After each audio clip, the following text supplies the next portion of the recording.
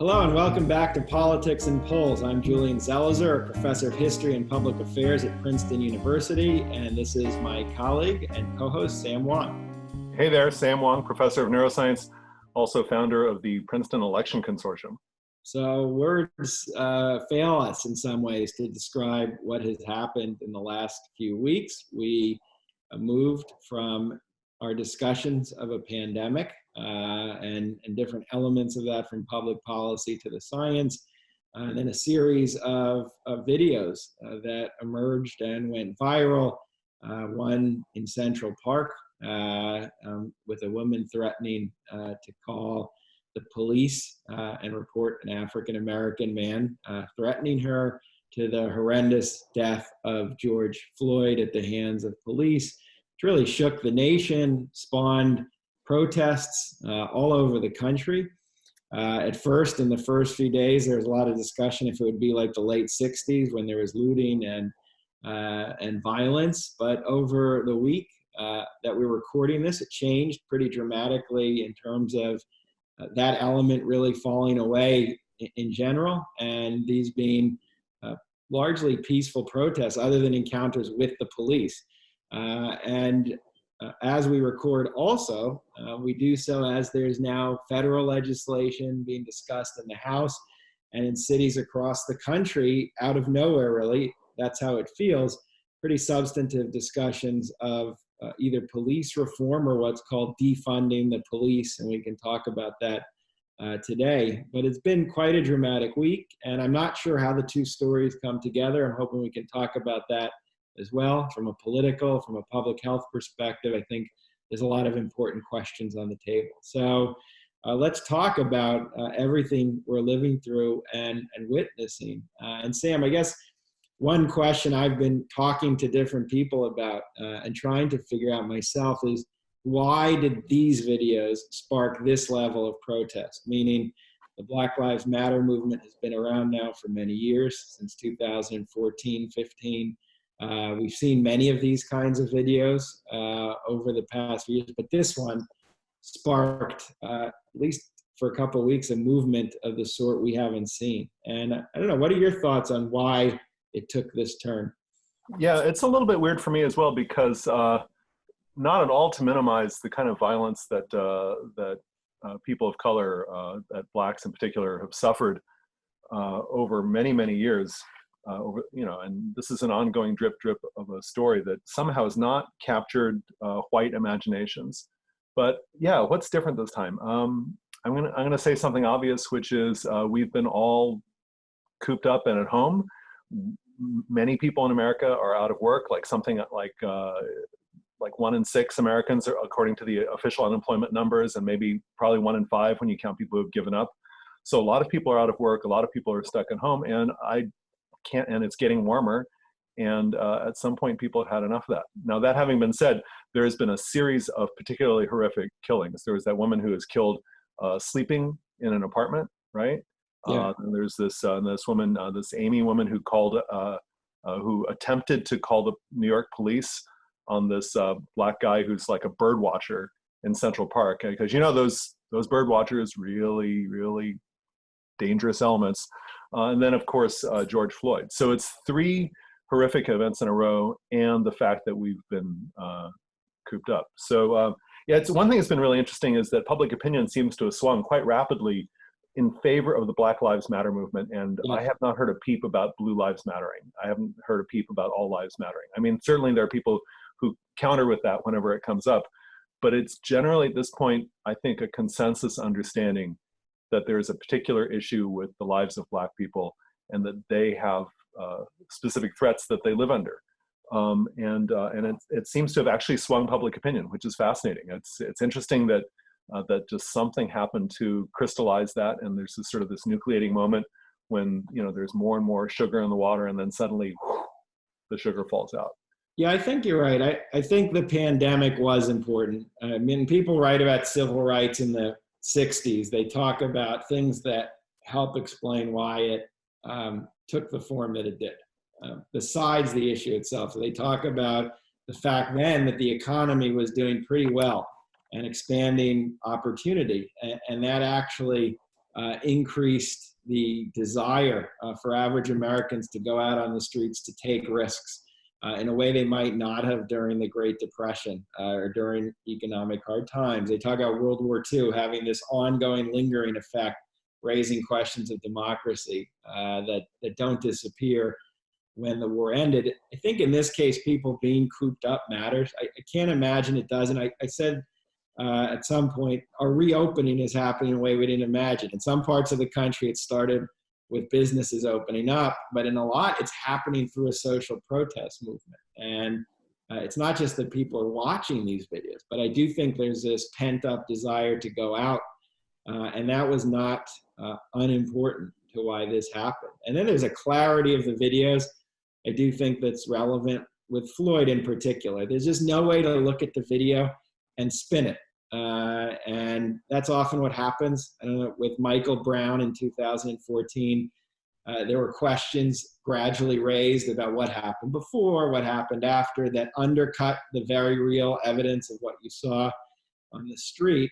In this time, that didn't happen. And I think one last thing is that there were a lot of discussions, and I don't know how much these reach the mass public, but about how the pandemic was felt so unequally in the country, and how the way racial difference played out in the experience people were having.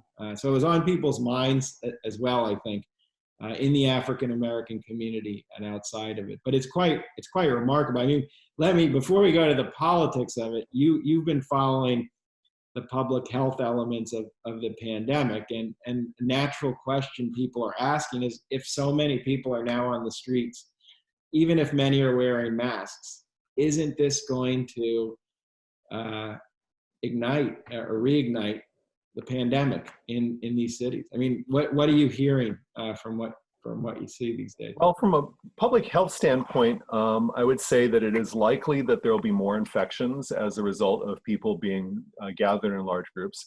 However, the evidence from public health that I'm aware of suggests that outdoor gatherings are a substantially lower risk than indoor gatherings, and these have been all outdoor protests. And so in that respect, that may be somewhat limiting. An example of outdoor gatherings that led to a smallish but important number of infections would be the Wisconsin primary elections. That was 2 or 3 crises ago. But I guess we're at a crisis a week. And so, yeah, it was about like 3 crises ago. And that probably led to some dozens of COVID infections that would otherwise not have happened. I was just looking at some epidemiological estimates that these nationwide protests might lead to hundreds more cases than would otherwise have occurred. So certainly that is important and not to be dismissed. I will say that I've been present at one of these protests, and mask wearing compliance was actually quite excellent. There was very good mask wearing. Social distancing was pretty good, except the protest here in Princeton, they had neglected to set up amplification of sound, and so people were crowded around to hear that. On the other side of it is, what if lives get saved by direct action and protest by citizens? And Noah Smith from Bloomberg Opinion was being very econ-y about it, and he was running some numbers and trying to figure out whether these protests would save more lives than they cost. And he concluded that even in the worst case scenario, a successful protest that could change police practices would, in fact, in his very rough calculation, save more lives than it lost.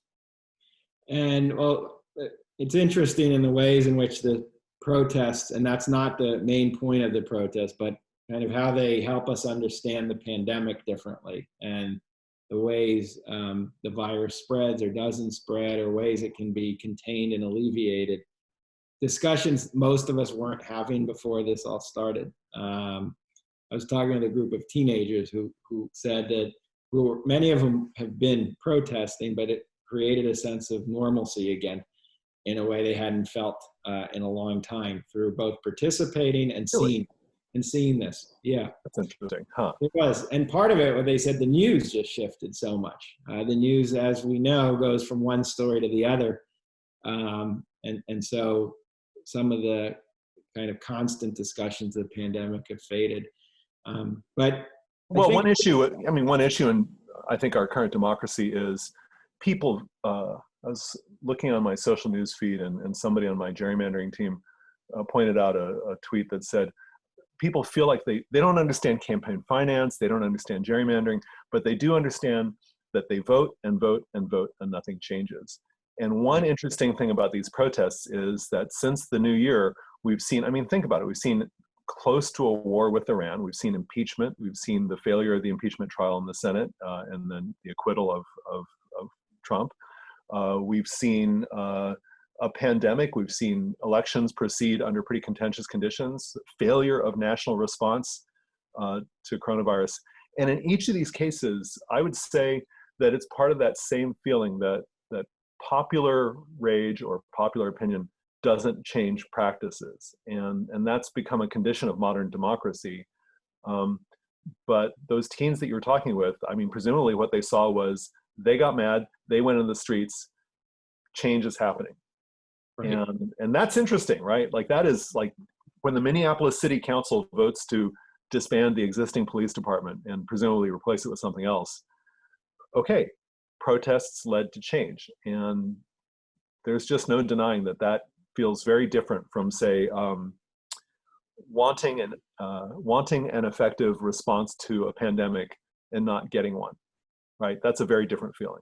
And it seems, yes, I think that's exactly right. And I think, I mean, an important moment, which I said when we started this for me politically, was those first few nights where there were incidents of violence and there was looting. And, you know, I don't know how extensive that was really relative to all the protests, but it was enough to get that question on the table. And there were comparisons to the riots of 1967 in Detroit and New York, the riots after Martin Luther King was killed, and President Trump obviously went right to work trying to whip up a backlash and do the law and order stuff. But I assume it was movement organizers or just people participating, kind of pushing back against this, seemed to have curbed this dramatically. And it totally changed the politics this week because it became this very peaceful mass protest that otherwise might have played into President Trump's strategy. You know, actually, I don't get that. So why did, okay, just to pick some examples, there were curfews in some cities that were then reversed. There were what I would call counter protests by police. There have been hundreds of videos of police abuse that have emerged in the last few weeks. Why would such things reverse? Is there, because it's very clear that that like for coronavirus, Trump didn't have any particular interest in bridging the gap between the conflict parties here. I don't know. So what could possibly have led to a reversal? Well, I don't know. I mean, that's the kind of thing we'll have to learn. I mean, it could be that movement leaders, and this is a much more decentralized movement, but in different cities, I don't know how the violence was happening, not violence with the police, but the other incidents that we saw, if local leaders were able to push back against that.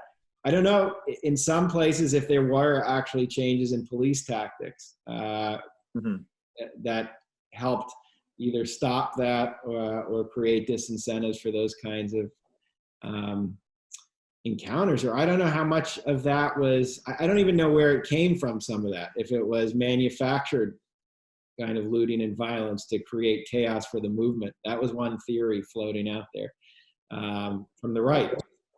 I mean, look, obviously technology has played a role here in the sense that smartphones taking videos and photographs of everything from Mr. Floyd's death, his murder, to police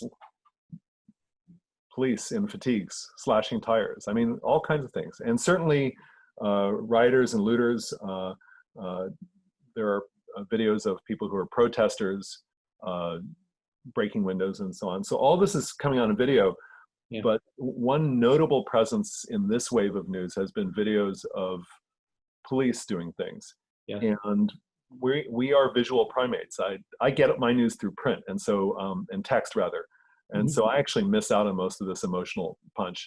But the fact that people these days get their information through video, if it doesn't come on video, it didn't happen. And this accounts for a lot of media tactics. And when citizens have video technology and can take videos of these abuses happening, that feeds popular opinion. And as far as I can tell, there's been, as I said, about a 20-point move in favor of the Black Lives Matter movement in the last few months, which is amazing. Yeah, I mean, I agree, and I think that the smartphone is the weapon of choice for this movement, and you often see in the protests people holding up the phones, you know, literally recording or symbolically showing their power to record. And you know, all these issues have been on the table for not just a few years, decades and decades. If you look at the Kerner Commission report, which is a report that Lyndon Johnson authorizes, it's a commission he puts together after the Detroit and New York riots of '67, and he wants to know, he's under pressure, why was there this violence? Why did these outbreaks happen? And he puts together this commission of high-level moderates. He didn't want radical proposals because he was very scared of how that would look for him. But they come back with a report that says it's a series of issues that had been bubbling up in the city, all of which are a product of white racism, which is a term they actually use, which is a big thing in that time for a government commission. But the central one is policing. Policing is a whole section of this report, and they talk about how in the community there's constant harassment and violent confrontation. So these things spark riots because people are just frustrated, scared, and angry. So this has been on the table. I just saw a documentary on the LA riots in '92 after the Rodney King, the acquittal of the police who beat Rodney King. It's on YouTube. It's worth seeing. It's by National Geographic. So what's changed? And I think you're right. There's a visual element of all of this these days where it's captured. And then the police response during the protest is captured. And I think it's been very powerful.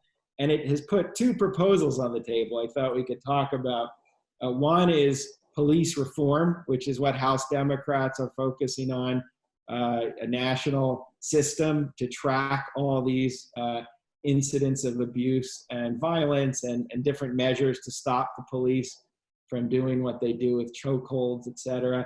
And then there's this defund the police movement, which in Minneapolis, they seem to be moving on to, and other cities are discussing it, which is a wholesale restructuring of the police department. You can't reform the system, you have to change it.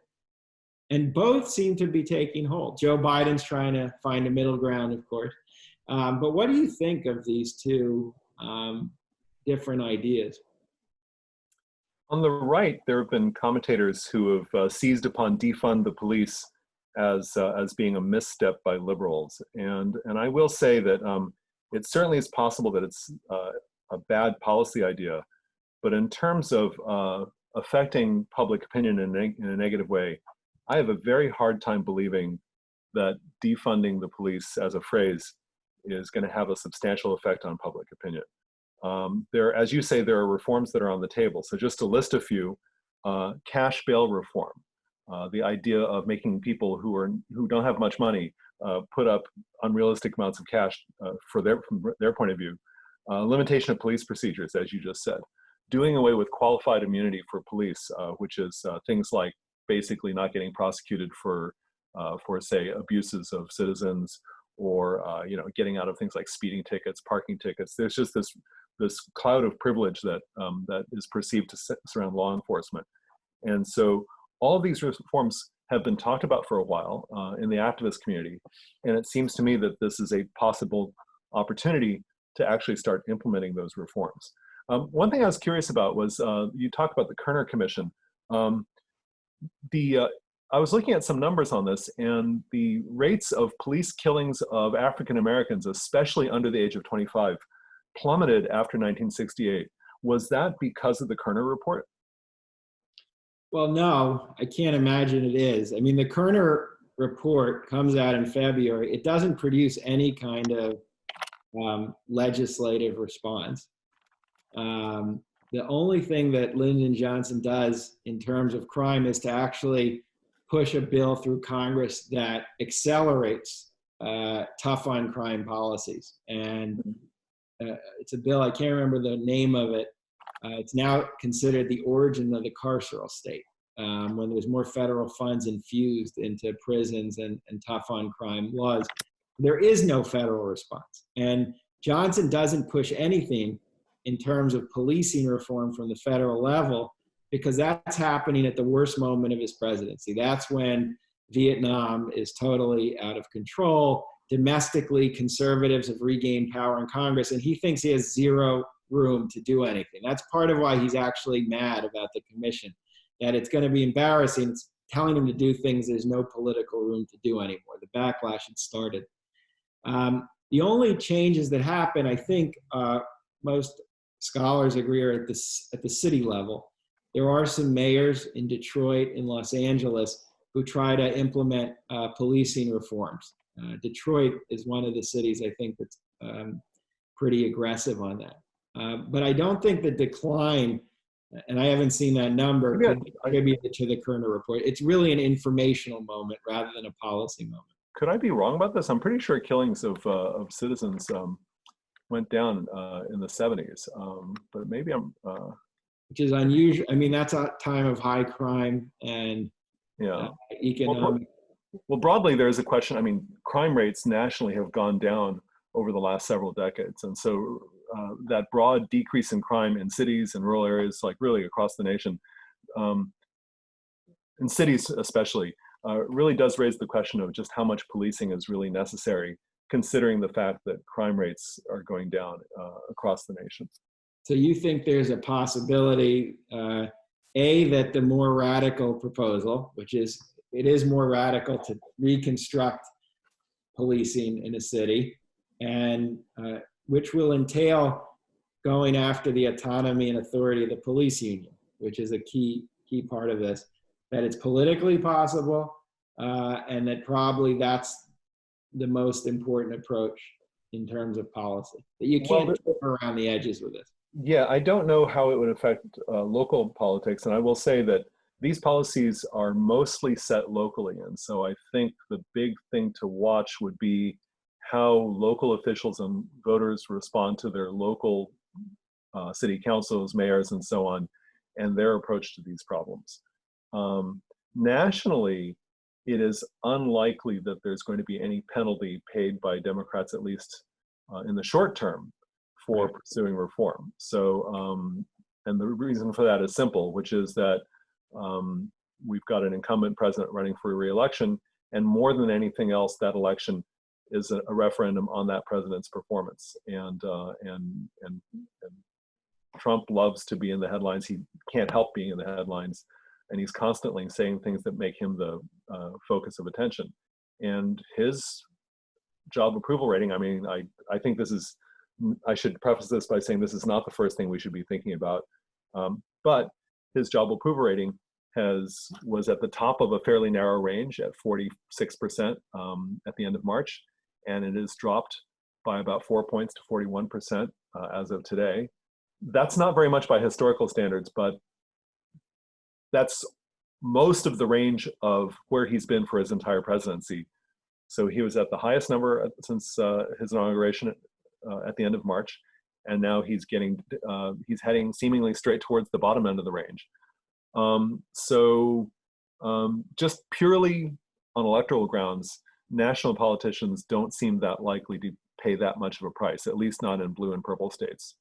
But yeah, local officials, that's a great question, because local officials are the ones who are responsible for these things. And at least in principle, there ought to be civilian control over the police. And so one would imagine that civilian leaders would be held accountable for some of these things, no matter how much or how little authority they have. Yeah, and I mean, it is relevant. The President Trump piece is relevant, and that you do need a federal part of this response in the end. I don't think this is going to be handled just at a citywide basis or even at a statewide basis. And obviously right now, House Democrats are pushing a bill that has slim chances of passing Mitch McConnell's Senate, and President Trump's making it clear he's not interested. Slim chance. Other than Mitt Romney, there's only one Republican. I mean, he's the only Republican who got dramatic headlines by just marching for civil rights, which was quite the thing to see. Yeah, it So, is interesting to see all these things that used to be bipartisan consensus, and it's really telling that it's surprising now to see them. The fact that Mitt Romney would march with BLM protesters, the fact that George W. and Laura Bush would issue a statement calling for both unity and also an examination of systemic racism. right. These are statements that I think would not have necessarily have been considered out of place, but it is interesting that we now live in a time when these are now considered partisan, if not for the fact that the last two major presidential candidates, including the incumbent president, have come out pretty clearly. Do you think the movement can sustain itself? We had this discussion with after Parkland with the gun control movement. Is it? I mean, what's your sense? I don't have an answer, and you don't have an answer. But is this a movement that will keep going at least for a few more weeks, if not for more months, with this kind of ferocity? Meaning, going out on the streets, constantly being a presence in the media, or will it fizzle? Activists are expressing enthusiasm that they haven't in some time. And in an interview a few days ago, Ta-Nehisi Coates was saying that he felt oddly optimistic for the first time in a long time. And I would say that these things are hard to predict. I'm going to guess, and this is a guess, that this enthusiasm will be sustained. There's been a need for some nucleation on the left, for something or someone to be enthusiastic about. If you look at surveys, something like 47% of people, 47% of people strongly disapprove of Trump's performance as president. And so there's a lot of emotion that's there. And because being against racism is a consensus position in the United States, there's obviously about 15-20% of people who would be perhaps vocal in the other direction. Right. But in polite society, the consensus position is against racism.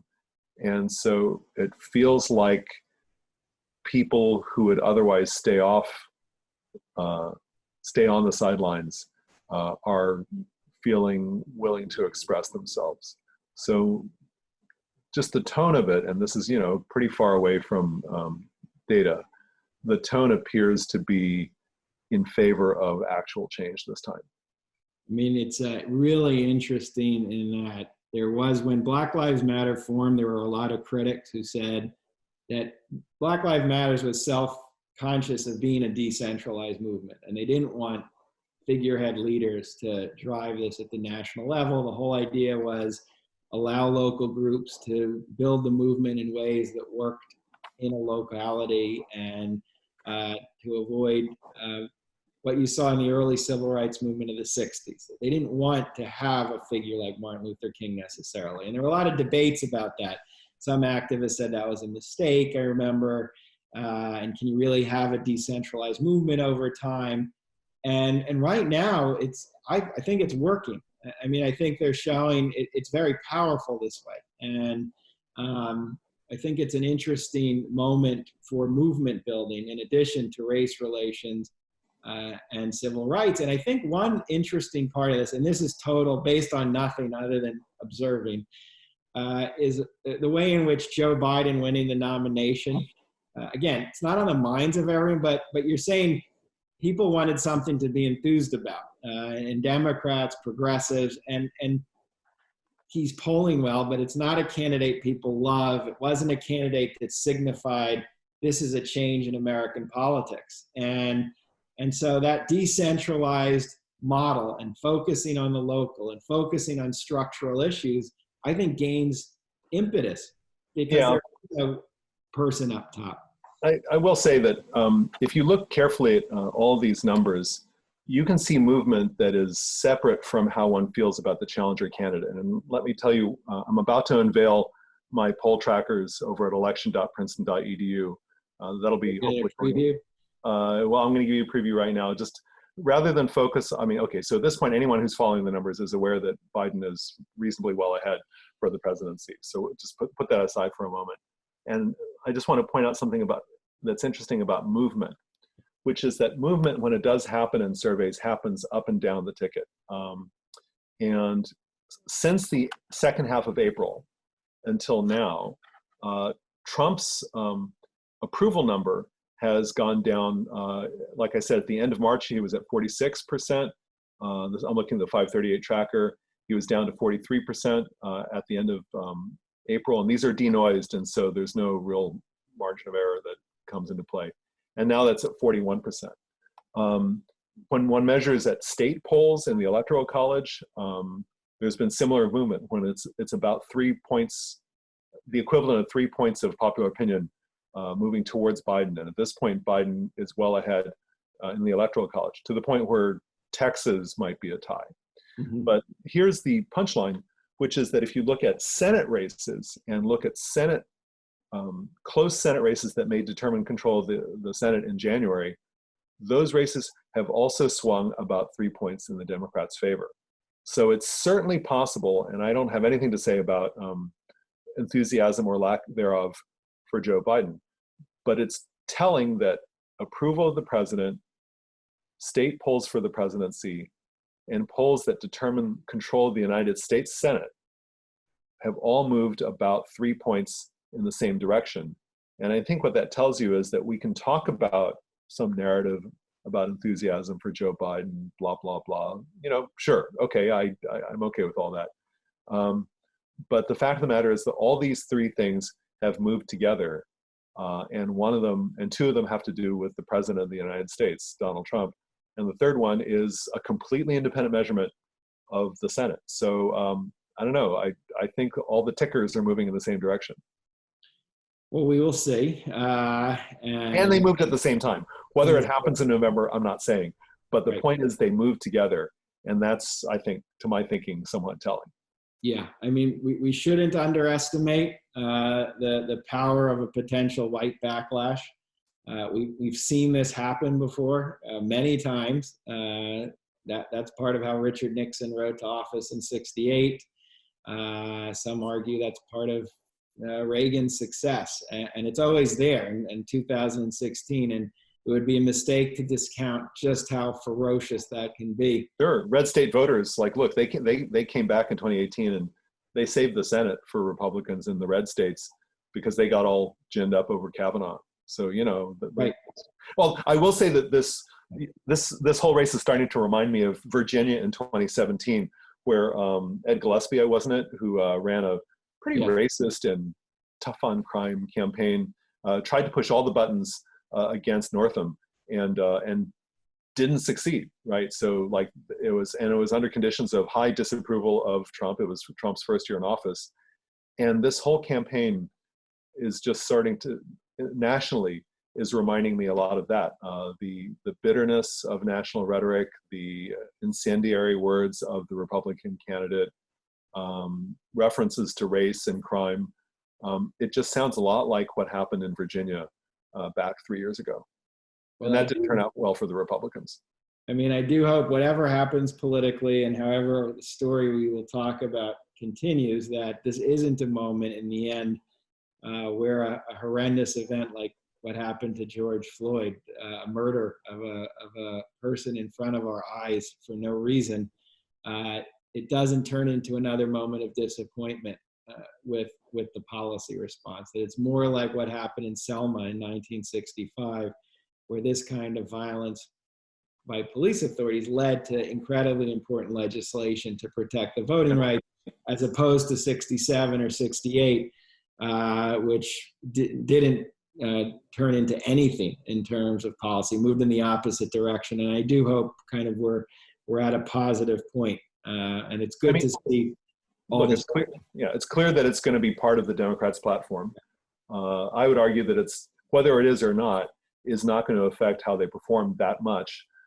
But if it becomes part of their platform, just like, say, the contract with America for the Republicans in 1994, it's a thing they're going to run on, and therefore they will interpret the election as a green light to implement the thing that they ran on. And I'm not saying anything about whether it's good or bad policy, because I don't even know what the policy is going to be. Right. But surely that's what's going to happen. Well, we will continue to have the discussion. We're out of time, but an important few weeks certainly feels historic, and everything feels historic these days. But to see the nation come out of a pandemic lockdown through a social justice movement, I think is really notable, relevant, and will be significant over time. Not simply to go to a restaurant or shop at a store, but to kind of protest the way police have abused African American men in particular. So I'm glad we had this conversation. Once again, everyone, you can find us on iTunes, SoundCloud, Stitcher, and Spotify.